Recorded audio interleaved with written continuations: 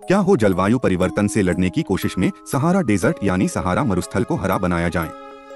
पूरे Sahara desert को हरा भरा बनाने की योजना बनाई जा रही है। इसे एक सूखी बंजर जमीन से बदलकर एक घनी हरियाली वाली जगह में बदलने की योजना।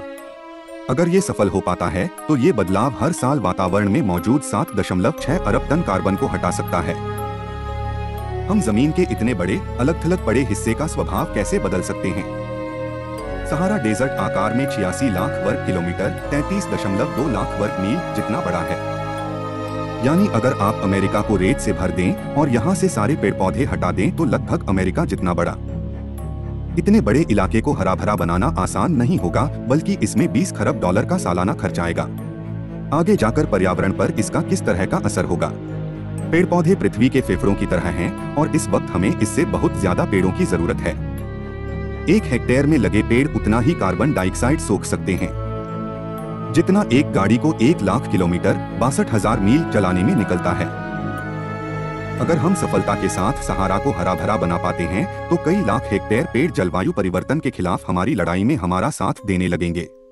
ये सब सुनने में बहुत अच्छा लगता है, पर कितनी संभावना है कि हम इस तरह का बदलाव ला सकेंगे? आप माने या ना माने, हमने ये पहले भी किया है, बस थोड़े छोटे स्तर पर। चीन के कुबुकी इकोलॉजिकल रिस्टोरेशन प्रोजेक्ट में 1/3 कुबुकी डेजर्ट को 30 साल के वक्त में लगभग 70 अलग अलग पौधों की प्रजातियों के साथ हरा भरा बनाया गया था। हम पृथ्वी के सबसे बड़े गर्म रेगिस्तान के स्तर पर ये प्रक्रिया कैसे पूरी कर सकते हैं? एक तरीका है फसलें और पेड़ लगाना और फिर इन्हें सींचने के लिए सहारा के तट से नमक निकला हुआ पानी लाना। पानी को भाप बनकर उड़ने से बचाने के लिए इसे जमीन के नीचे बने पाइपों के जरिए सीधे जड़ों तक लाना होगा।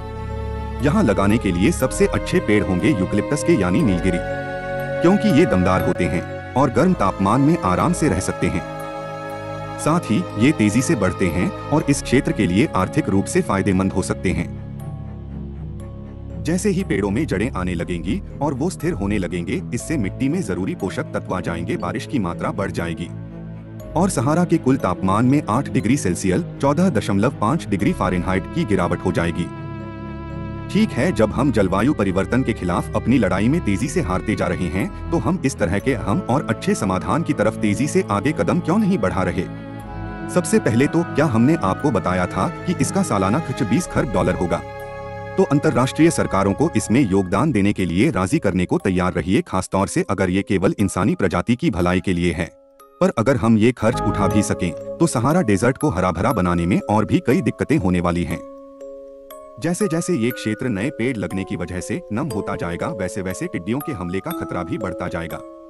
सहारा की रेत आंधी के जरिए हवा में शामिल होती है और अटलांटिक महासागर को पार करने के बाद दक्षिण अमेरिका में इकट्ठी होती है। ये धूल रास्ते में अपने अंदर नमी सोख लेती है और जब ये आसमान से गिरती है तो इसके साथ बारिश होती है। धूल और बारिश का ये मेल अमेज़न वर्षावन पर गिरता है और इकोसिस्टम को वो पानी देता है जिसकी इसे जरूरत है। सहारा के ना होने का मतलब ये भी हो सकता है कि अमेज़न वर्षावन भी नहीं रहेंगे, बशर्ते इस परेशानी के लिए भी कोई योजना हो। तो हालांकि एक हरे भरे सहारा से हमारी कार्बन उत्सर्जन की समस्या का हल हो जाएगा, पर क्या इसके लिए हमारे ग्रह के दूसरे हिस्से को बर्बाद होने देना सही होगा?